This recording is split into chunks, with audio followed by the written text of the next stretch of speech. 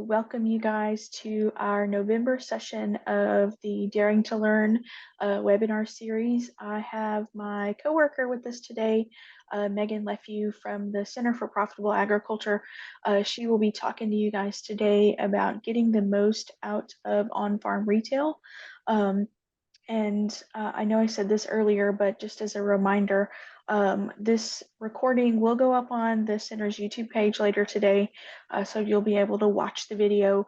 I will get our speaker slides out to you as well at the end of the session, and any other updates I'll get to you guys out in an email. But I will go ahead and turn this over to Megan and let her get started. Great. Thank you, Elena, for allowing me to share with folks today. We are going to talk about getting the most out of on-farm retail, and I would love for folks joining us if you would enter into the chat or Q&A box, whichever you can access in this webinar setting, maybe where you're from and what your interest is in this topic, or why you're joining. If you're interested in getting started in on-farm retail or already doing some, I would love to read about that a little bit as we go along. So we're going to talk about several things related to on-farm retail over the course of this session. We'll give a little bit of an introduction to on-farm retail, some of the advantages and disadvantages and considerations for on-farm retail, as well as discussing some factors for success. We'll delve into a little bit some of the considerations for on-farm retail, lightly into laws and regulations, mostly making you aware of some of the laws and regulations that may impact you in your journey to on-farm retail, a little bit about risk management, and then we'll spend the bulk of our time talking about some marketing topics with on-farm retail. I am going to, I think, shut my video off for most of today's presentation. I may pop back in every once in a while, but we know that video lags a little bit and drags on the internet connection, and so I don't want to make that an issue with my video on board. So I'm going to shut that off right now, and that'll be a better view for you all anyway. So when we're talking about on-farm retail, we're describing the various ways in which agricultural producers can sell their products directly to consumers at the farm. And this might be a very simple roadside stand. It might be a wagon with products on it, or a very simple structure, maybe with a roof but no sides, just to keep some sun off, or it might be a full-blown kind of on-farm retail store with 4 walls and a door and climate controlled setting. So this can really run a gamut of the type of structures. It might be a seasonal operation, or it might be anywhere from seasonal to year round. So it can be very broad when we're talking about on-farm retail. Why would farmers be interested in bringing consumers to the farm in order to sell their products? Well, with any value added or direct farm marketing enterprise, farmers are often looking for opportunities to increase financial returns, maybe by removing the middleman from the supply chain. And if we look at the dollar bill there on the screen, that represents a dollar that a consumer might spend at a grocery store. And on average, about 14.5 cents of that dollar makes it back to the farm. If we're marketing our products directly to that end consumer, we earn that entire consumer dollar. We remove those middlemen from the supply chain. Producers then have to do all those activities, perhaps, that the middleman needed to do, as far as transporting, marketing, maybe doing some processing and packaging, providing that retail space and labor to do that. But hopefully we can eke out more profit out of a dollar than we can out of 14.5 cents. Now, we definitely need to do some financial analysis and market analysis to see that if that is an opportunity, but it is something to consider. On-farm retail also provides an opportunity for producers to take advantage of demand for fresh and local products and experiences.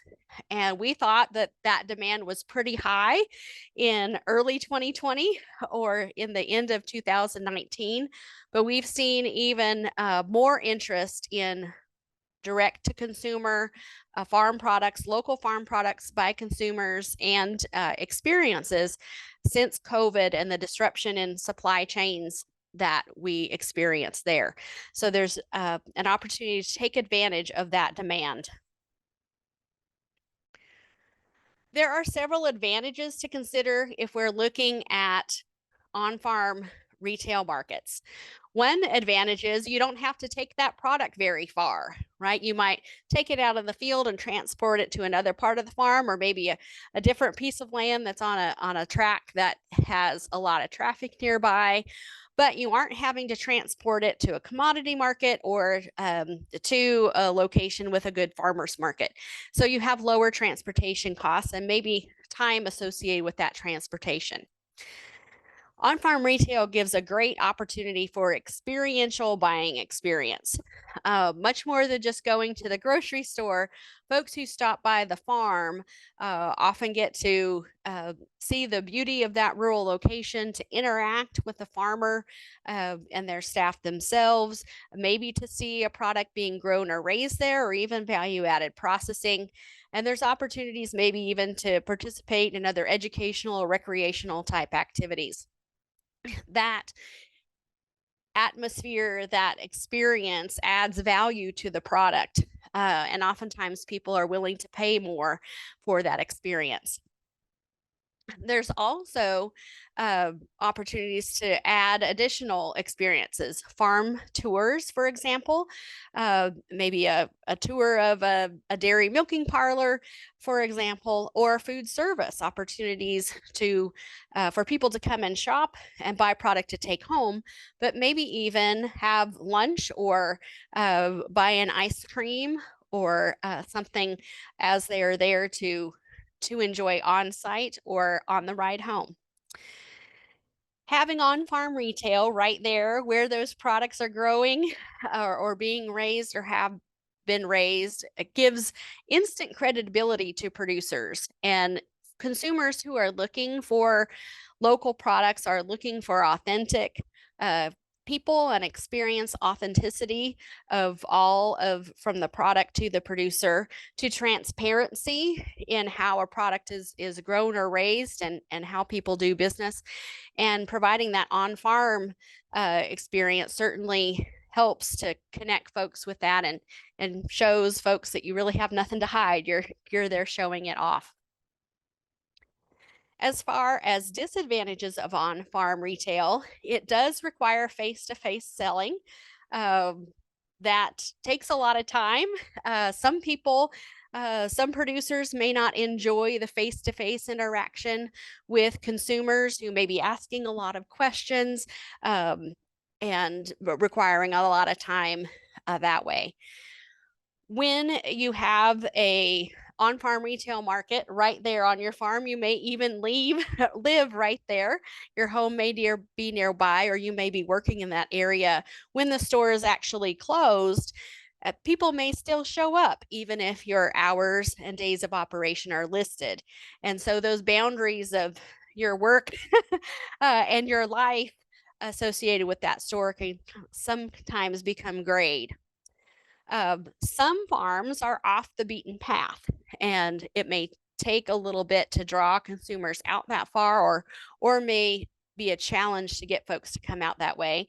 And I've been on some farms where the roadways just aren't really conducive to having additional traffic coming out. Maybe they're narrow and doesn't allow for two cars to pass, or something there that's really going to limit the potential of an on-farm retail. So we've got to make sure those things are in order before we think about this as a good opportunity.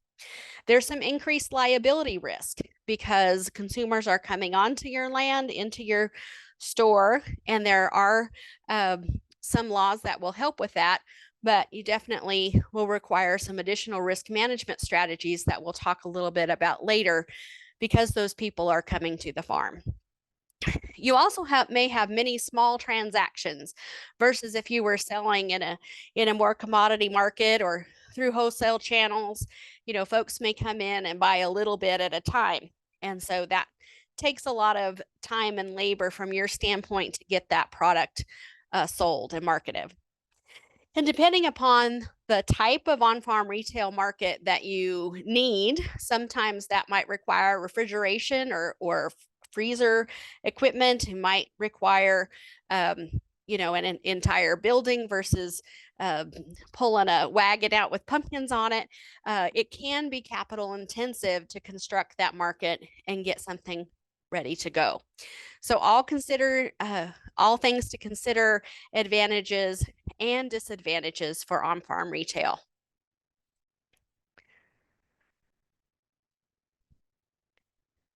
It can be helpful to take a kind of a wide view of any new enterprise that you're looking at doing, or any enterprise you're looking at expanding or improving, and considering some reasons why those things fail. And the alternative view is, then how can we be successful in doing that? What are problems we need to avoid? What are things that we need to do in order to increase our potential for success?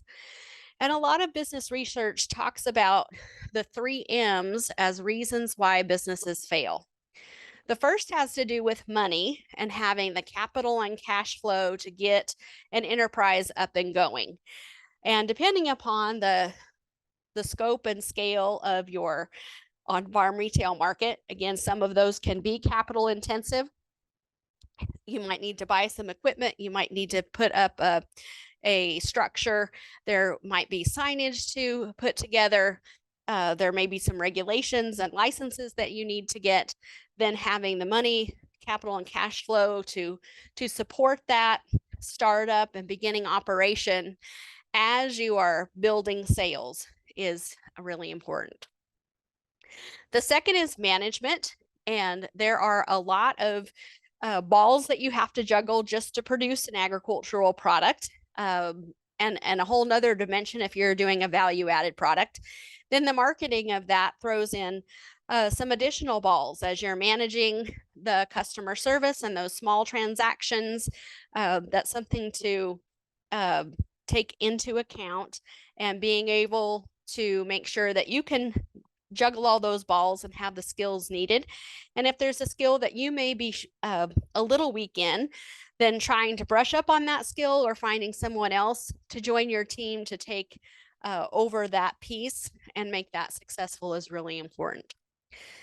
The third M is related to marketing, and that is about really identifying who your target customer is, and then developing some specific marketing strategies related to the products that you will produce, an offer for sale, the messaging that you're going to send consumers in order to reach them, how you're going to promote the product, even pricing of the product and service you will provide. All developed to reach that target consumer and get them to come to your on-farm retail market and purchase over and over again. With on-farm retail markets, typically folks are looking to achieve some profitability. One of their major goals is likely to be a profitable enterprise. And so in order to do that, our income has to exceed our expenses. Some of the main pieces that we need to fall into place, and all of these need to fall into place in order to achieve profitability, are listed here. The first is managing costs. And we need to make sure that we are tracking costs, and we have an idea of a budget of what we can spend that can be repaid through our sales and get a return on our investment. We need to make sure we understand what those costs are, and that helps us to determine pricing and strategies moving forward. If our costs are too high, it will be virtually impossible to earn enough income to overcome that. So understanding, managing, budgeting costs is important. managing production quality and efficiency, and I should add consistency here. Uh, People who are looking for local products are demanding high quality products. So, what you're offering on the farm needs to be high quality and it needs to be consistently high quality, or folks will go somewhere else and look for their products. And that is quality of customer service and also quality of kind of the experience there as well. We need to price for profit. And sometimes this is a challenge for farmers in trying to value highly enough their products and their work that they have put in. Their labor needs to be considered in their products as well. Price price times the quantity of items you sell is how you get your income side of that income minus expenses formula. So pricing is really important. And we want to do that strategically so that we can build in some room for profit there. When you first start selling in your on-farm retail market or any enterprise, your sales are zero. And so you have a whole lot of expenses and you have zero income. And so it's going to be really important to hit the ground running and working to reach those consumers and get them to give you a try. And then through that, we're going to ramp up to a volume, hopefully where you are making a profit. And by building repeat customers, you want folks to come back to you over and over again. That is really the lifeblood of any business. It costs about 3 to 5 times more to earn a new customer than to develop a relationship and keep a customer who is coming to you. And finally, one that's not so fun to think about, but is really important, is about managing risk. Bad things happen, and a lot of those things are out of our control. And so, but it's still important to think about what could go wrong, and if it does, how bad is it going to be for our business? How likely it is to happen? And what do we need to do in order to take some of the risk of things that could really hurt our business away or reduce that risk in some way. So these are some major considerations in thinking about developing an on-farm retail market and other enterprises for becoming profitable. I'm going to check the chat here just to make sure. Great, Morgan. Thanks for putting your information in there. Wanted to make sure we didn't have any questions at this point. Please feel free to add questions at any time, and I'll try to catch those as we go along. One of the things that we need to think about when we're looking at putting in an on-farm retail market are the laws and regulations associated with that. We may have folks from different states here, so it's important to check in with your local planning and zoning to see what kind of requirements or limitations or hoops that you'll need to jump into or not in order to offer on-farm retail on your farm. You would also want to check to see if you're building a structure, if any building codes would apply to that, determine whether your structure or building would be considered an agricultural building, or if there are codes or fire marshal codes, for example, that may go into play. We also may want to consider a property tax assessment. We've had some court cases in Tennessee over some of that related to on-farm retail markets. And we found that now with our relatively new definition of agriculture in Tennessee, if most of the products sold in that store are agricultural products on that property from that farm, then we're typically okay with the property tax assessment. That is a very general overview. So if you're concerned about that, we can talk about that a little bit more. Food manufacturing or food service regulations may come into play if you're doing any sort of value-added product or offering any sort of concessions or restaurant or food where people might be eating there at the place. Employment regulations are different for on-farm retail and agritourism type activities than they are for agricultural workers. And sometimes producers don't know about that.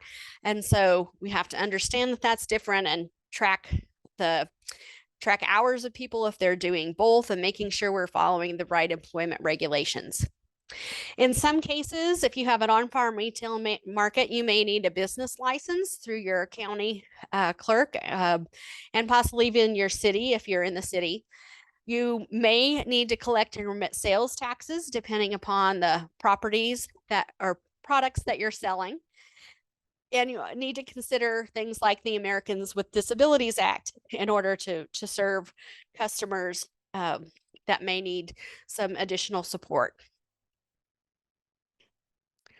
We're kind of doing a high level of this because of these couple of aspects, because I want to spend more time on marketing, but I don't want you to forget these aspects moving forward and to be able to check on your local regulations and input for these.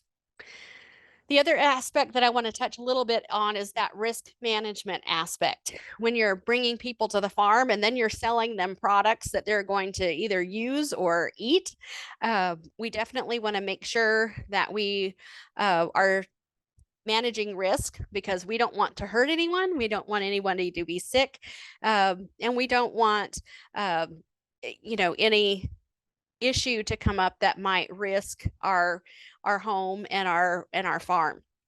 So some things that you might want to consider looking into a little bit further is deciding on a business structure, whether that be a sole proprietorship or you're interested in looking at the different advantages and disadvantages of structures like a limited liability company.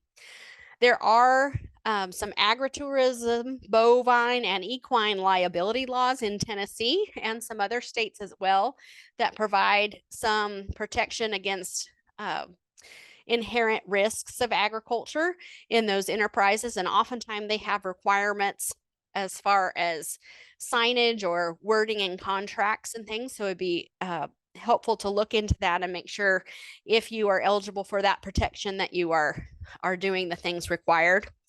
Keeping records is really important of lots of different things: production, sales, employment, incidents, all of those things. Lots of record keeping. Employee training can be important, and that might be anything in emergency preparedness to customer service type issues. Making sure that you're looking at employee and customer safety and having perhaps a safety plan and protocol in case something were to go badly. And it's amazing, anything can go badly. Somebody could have an allergic reaction to a food or a bee sting or something, or somebody may have a heart issue or fall and hurt themselves. So having a protocol that your employees know what to do, and that your local fire department and EMS and sheriff's department know how to find you and that you're there is really important. Having an incident reporting system and your employees be trained into what information they need to collect, and what to do if certain things happen. We've spent quite a bit of time this year talking with folks about biosafety considerations, and if customers are interacting with animals, to make sure that we have some protocol in place to make sure zoonotic diseases don't become an issue, where even people are passing things to animals, or animals are passing things that can be damaging to our human visitors. And then, unfortunately, we have to think about things such as security and theft prevention for both customers and employees. And we've had some operations in the state have to deal with that. And so we want to be strategic in those areas as well. So risk management can be important. So let's go ahead and turn our sights to marketing, if we don't have any questions yet. And this is a fun topic, at least for me, to talk about. Um, Anytime we're thinking about marketing, whether it's on-farm retail or widgets, we're marketing those directly to people. It is all about understanding who the target customer is, or the ideal customer that you're looking to purchase these products and are demanding these products, and developing marketing strategies to meet them. So we look in the marketplace and find people who are wanting our products and services that are available, and we learn as much as we can about them. And um, and then we develop our strategies for product positioning, price, place, and promotion around that. So when we're looking at our customers, we really want to take on that customer state of mind and think about what is the benefit they are looking up from for our product. Um, so if somebody is at your farm and they are interested in buying tomatoes, they're really not they want to buy tomatoes, but they could buy tomatoes a lot of places, right? So they're looking for the benefit of maybe your fresh local tomatoes, as fresh off the vine, really sweet, versus maybe the ones at the store are not ripe, and they may not have as much flavor. Or maybe they like the production methods that you use, or maybe they like knowing that you as their farmer grew those right there and they weren't trucked across the country. Whatever benefit, they're voting with their dollars, for example, there. So it goes deeper than just the product. What is the benefit they're looking for you?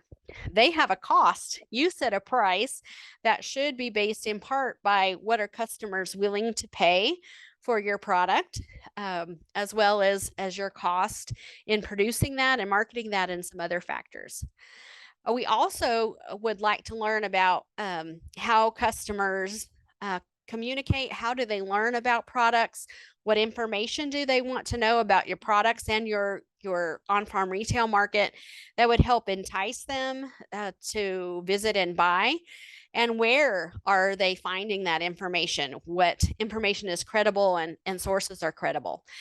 And finally, consumers are concerned about convenience, and the experience. So how difficult is it for them to get to you? Is it easy to shop? Is it pleasant to shop? Are you easy to find? It's easy to park, all of those things that are related to convenience. When we're thinking about on-farm retail, you've probably heard this location, location, location.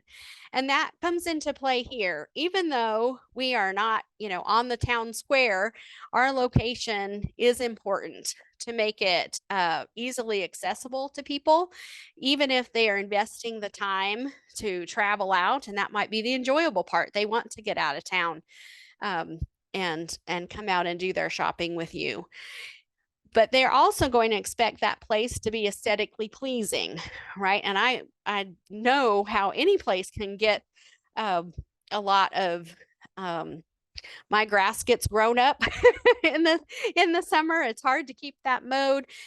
Sometimes we might have kids' bikes laying around. We might have farm equipment around. We need to make sure that a place is aesthetically pleasing and welcoming to consumers, as well as safe. We need to think about the ability to provide for customer comforts. If folks are coming out, maybe with families, oftentimes folks need a restroom, or they might need a bottle of cold water, or they might need a place to nurse a baby. Who are your customers, and what are their needs, and how can you provide for them? And it's really, you have an opportunity to create a destination where people come out, maybe participate in an activity. Maybe there's some sampling of products. Maybe there's some sort of educational aspect, and they do some shopping. They might even enjoy some food while they're there. And the longer folks stay, the more they might spend while they're there, and the more they might begin to develop the relationship with you and memories with your operation. Need to really think about the store size that you might need, or the space that you may need. So with that, the square footage of a retail space can really vary, but some factors can help you determine your store size. Although I will say, I don't think I've ever heard anybody say, I build it too large. Most times people are expanding out. Maybe your space is restricted by how much capital you have available, but I would design whatever space that you're looking at putting together in a way that you can add on and expand as needed. That would be a good problem to have. So you also need to think about, what kind of merchandise and how much merchandise you may plan to have available at one time. Whether you need special equipment like coolers or freezers or space where you're going to serve something out of.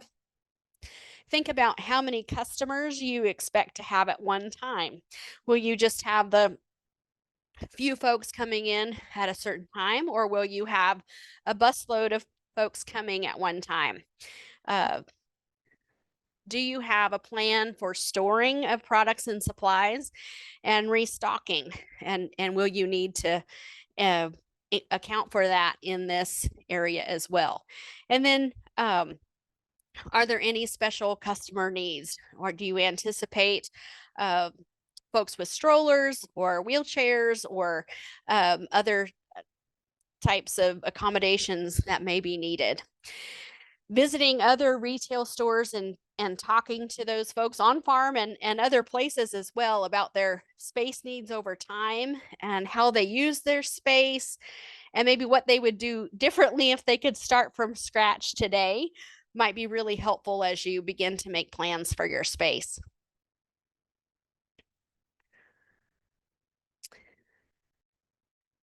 A store's layout, available signage, and feature areas can help to guide customers through your retail space.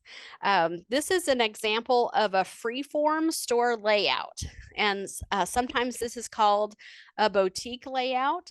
And this will help encourage browsing behavior among customers. And as they, wander through this path, then they're being exposed to a large number of products. There are several types of layouts, but this is one example that can work well for on-farm retail and other retail outlet. So it's helpful to incorporate an asymmetrical pattern, because that helps with that browsing behavior.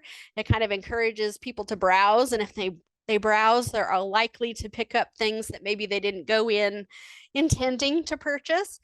And your fixtures and merchandise in that asymmetrical pattern can be helpful to that.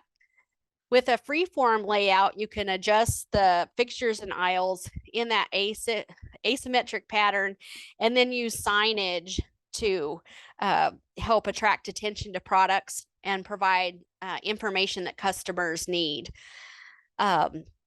You can also do some feature areas that might have a unique or grouped products together that can help draw attention into the store, and then rotate those at least once a month to if you have folks coming in more often, then they won't just walk past those because it's the same thing all the time, right? They're going to pay attention because things have changed.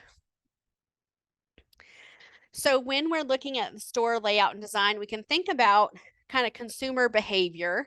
And typically when customers come into a store, they will flow to the right. And so the first third of the store then is the most heavily shopped, because people are coming in, and their first amount of time in the store is right there. And so that is a really good place to put new or seasonal items, and that's going to rotate a lot. You think about if anybody shops at, for example, Target, you go in and their spot right at the front with their $1, $3, $5 items, it changes all of the time. And folks typically stop in there to see what's new and what great deals they can have. You want to put any frequently purchased items or items that people come to your on-farm retail market to get in the back and over to the left, because you want them to come in, flow through the right half of the store and get to the back where they're going to buy, choose something to buy, and then have to wander back through the left side of the store in order to get to the checkout point. And that again encourages that browsing behavior and exposes customers to a lot of a lot of products. Lighting is very important. We're doing some remodeling in our house, and a lot of what we're doing is trying to add more light. I'm getting older and it's harder for me to see things. And so lighting in on-farm retail markets and any retail setting is really important as well. So natural or day lighting helps to show off products in their natural state. And lighting can impact the tone or mood of a space. You can highlight different items with lighting that helps bring attention to them. It can help customers and employees perform certain tasks, and certainly it can impact decor. So natural light, if there's a way to allow daylight to come in, that's preferable, and it's less costly, and it really does make your products look in their best light. Sometimes though, for product quality, we need to keep the light off of them, or not so directly, or not as hot light. So we need to take that into account. Lighting can contribute up to 43% of energy costs. So it is important to make sure that we try to use conservation in the lights. So you may have seen the Kelvin numbers here, and this is a scale on the screen from 1,000 to 10,000 Kelvin. And then underneath there's a color temperature scale. So the lower the number, the more reddish or warmer the light. And the higher the number, the more bluish or cooler the light. And research I have seen has said we want to be kind of in that 4,000 to 5,000 Kelvin range for the natural daylight. When we're looking at product assortment for your on-farm retail store, we definitely want to look at, remember those target consumers. What are their needs? What are their values? What are their preferences? What are they likely to buy?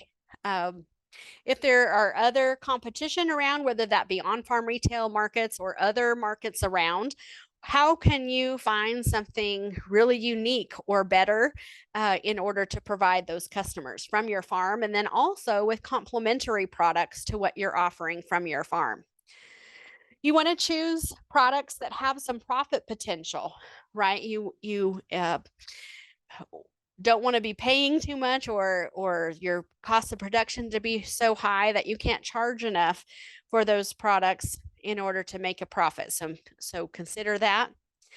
Make sure that the products that you're offering in the store are consistent with your brand image. So if you're, having quality, local, authentic, farm brand, farm estate branded products, then we, may not want to go with really cheesy toys, right? You might want to go, you may want to have some toys in there for kids, or something that's consistent with that image, high quality, farm-based kind of things, but make sure that anything in that store is consistent with your brand image.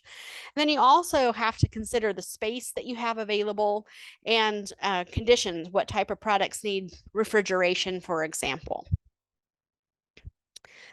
When we're thinking about product assortment, you can think about product breadth and depth. So breadth is a variety of products. So some producers offer really wide variety of products. You might have body oil and scrubs and bars of soap and beard oil and facial mist, body butter, lip salve, a whole big line of products that may have some farm products in it. You might go deep in a category. So for example, here Harmony Lane Farm has goat milk soap, and they have a large number of fragrances and types of that goat milk soap. So that would be a deep kind of product assortment in that store. So you can think about those two different ways of offering your products in the product assortment in your store. The types of merchandise we can think about in several different ways. The one way is stable merchandise. That's merchandise or farm products that are central to your business that are always going to be available. Maybe that's fluid milk, or that's you're always going to have vanilla ice cream, whatever brings people to your store. And then you might have signature products that you are really unique or known for. Maybe that might be a specific type or flavor of cheese, or a special unique scent of soap, or a really special recipe for a pie, or maybe it's a variety of tomatoes that nobody else has. Seasonal products are available for a limited time. We are getting ready. We're really excited at my house. We're getting ready to be near the eggnog season. I have seen that in some grocery stores. We're not quite ready for it, but pretty soon we're going to be ready at our house for eggnog near the holidays, or maybe strawberry in the spring. You know, what are seasonal things? And then complementary products that go with or add to items. In this particular picture, as an example, there are some little soap boards that go with the bars of soap to keep that off your counter. For example, maybe you have serving utensils, cutting boards, knives, cooler bags, you know, whatever else that might help people to utilize or get their product home, might be complementary products.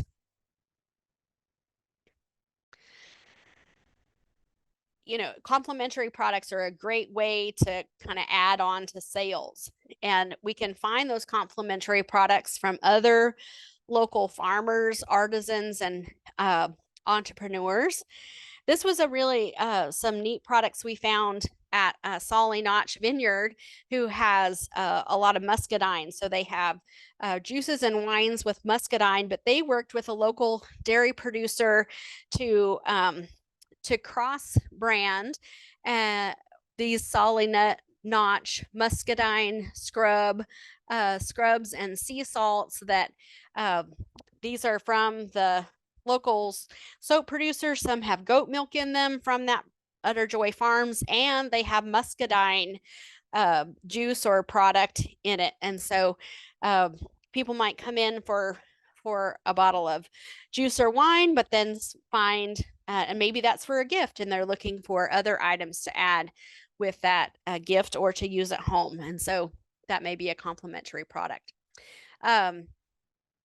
State promotional programs, for an example, if I'm looking for other products for on my on-farm retail store, I would check with the listing of the Pick Tennessee products pages to see if there are some things that I think may go well. There are industry trade shows where folks are showcasing their goods. And then there are some planned market showcases. There's America's Mart that is in Atlanta and Las Vegas, and there is a show in the Smoky Mountains, and its name has left me at the moment, every year, that are some people coming in and showing off their goods, and there might be things that may go with your farm market theme as well.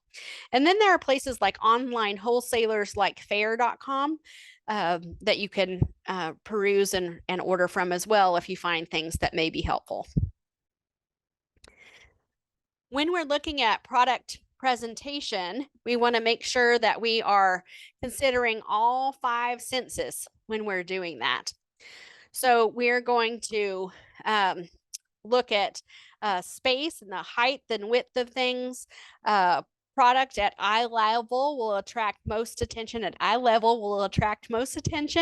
by and products below our waist level attract less attention. So putting things that are high profit, that are really going to entice customers at eye level can be important.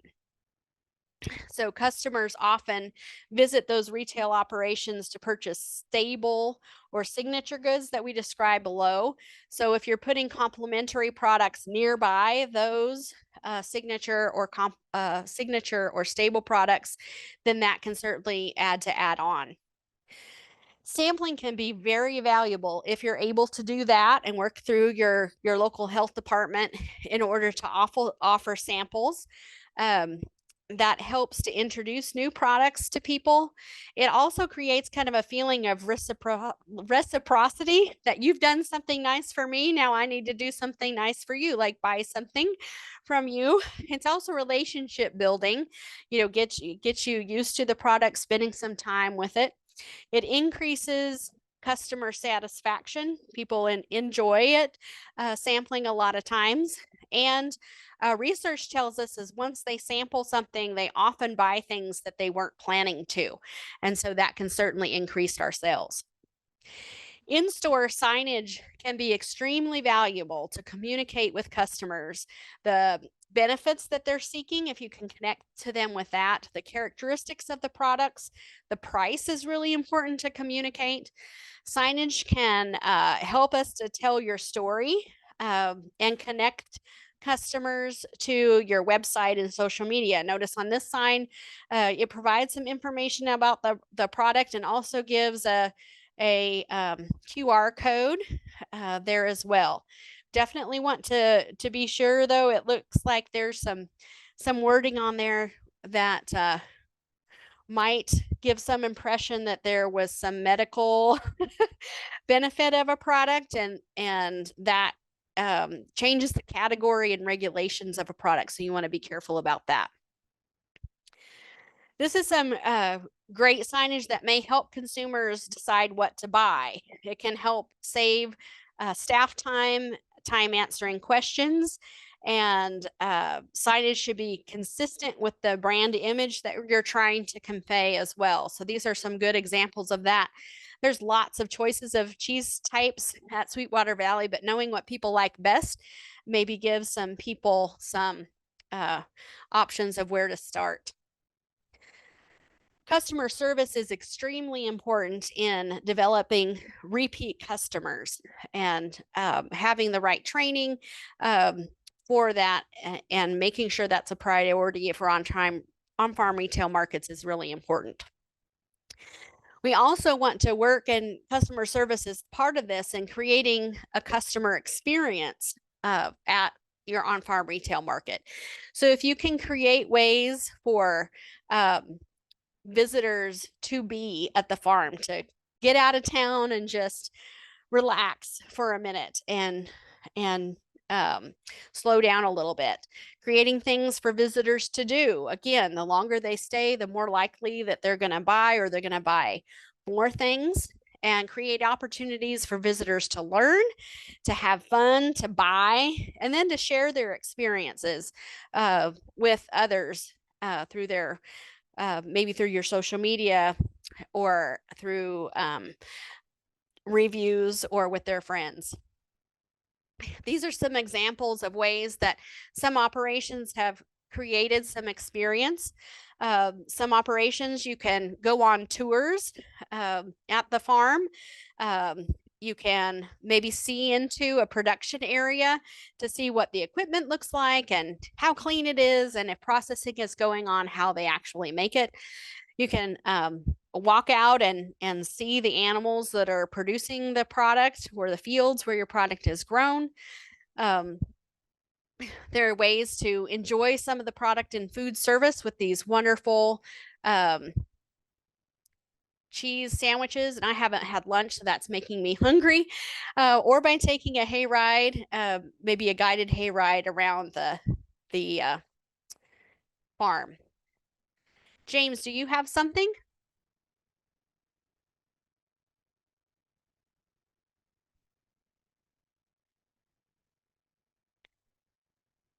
All right. Let's move on to advertising and promotion. This is really important to help get the word out and keep people returning to your farm. So we need to think about where your target customer will find information about your product and farm, and what information they need to know and want to know. Make sure you provide that, and think about what resources you have available, what skills, and what may be available even for free for you to access for marketing.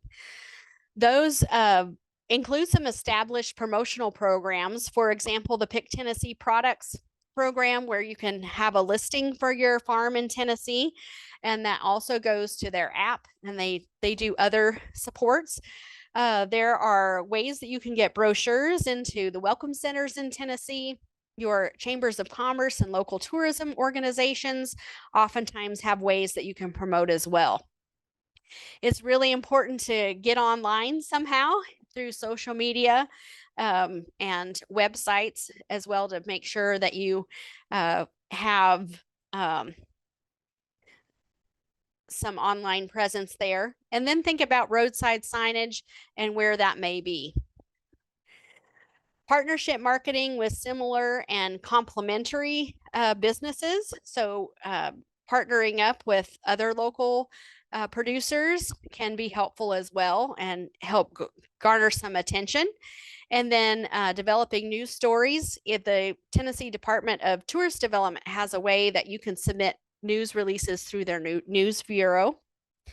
And then thinking about partnering with maybe motor coach companies who are doing tours, or perhaps you have a place to have some on-farm lodging or RV hosts. For example, there's several companies now that do things like Harvest Hosts, where they help connect you with people who are RVing, and they come out and have an experience and buy products from you. In your communication with customers, it's really important to invest in high quality photos and to tell your story. Consumers are wanting to know about you, and that's one of the reasons they're looking for local products. And some ways you can do that is through websites, by really focusing on social media and encouraging those customer photos and reviews. Those customer interactions, testimonials are extremely valuable and add some credibility to you. Here's some example that Cheneys do with pictures, just telling about some of the story of their production with their calves and what they do, and then providing some information about a new product as well. Word of mouth is extremely valuable, and those customer testimonials and asking people to spread the word is really important. And that goes back to getting a good review, the product quality, and the quality of your service, again, being very important. I just want to touch on a couple of additional resources. I could talk all day on this stuff, as you can tell. I've had to minimize comments a little bit here toward the end. It's a fun topic and really neat. We have some resources on our website at cpa.tennessee.edu, and if you look under program areas, our resources are put into different categories for you. We have a new series of publications. The first 4 fact sheets with that about on-farm retail essentials has more information about product assortment, merchandising, and promotion. And Chris Sneed and Michelle Childs are the main authors on those, and some of the information that I've shared today has come from those publications. We also have a publication about creating the customer experience that I encourage you to take a look at and dig a little deeper into how you can do that at your retail market. And a publication about creating signage that sells, that talks about some of the components for effective signage, even things like the size of font and the types of font, and how many words to go on signs. So this has been a fast and furious overview about some of the opportunities and challenges of on-farm retail markets. It's good to look at those and see if that fits your operation. Um, See if you can focus on customer values and customer needs is really important, and be sure to strategically plan, implement, and value as you move forward in your on-farm retail market journey. And just know that we are here for you um, as you move forward. If you have additional questions or additional ways that we can support you, and feel free to contact any of us at the center. My email is there, and of course you're able. You hear from Elena quite regularly, so you can contact her as well. And I would be glad to hang out here and take any questions that you may have today. Elena, I'll turn it back to you. Awesome. Excuse me. Awesome. Well, thank you so much, Megan, for that presentation and that fantastic content. Um, for those of you that maybe this is your first Daring to Learn session, this QR code that we have here, and also this tiny URL that's listed, this is going to take you to your post-session evaluation survey. So if you would not mind filling that out, especially if you are trying to meet the requirements with this webinar series to try and get some TAEP credit this year. If you're a Tennessee producer, definitely be sure to fill this survey out. And I'll also get a link to the survey, as well as the slides from Megan's presentation and any other resources she may have for you guys in the email that I will send out after we wrap up today. And you guys should be able to use the chat if any of you have any questions for Megan, or any last minute kind of comments. Feel free to send those now. And if not, you can always reach us afterwards via email. Otherwise, I think you guys are free to go. So thank you so much for joining us.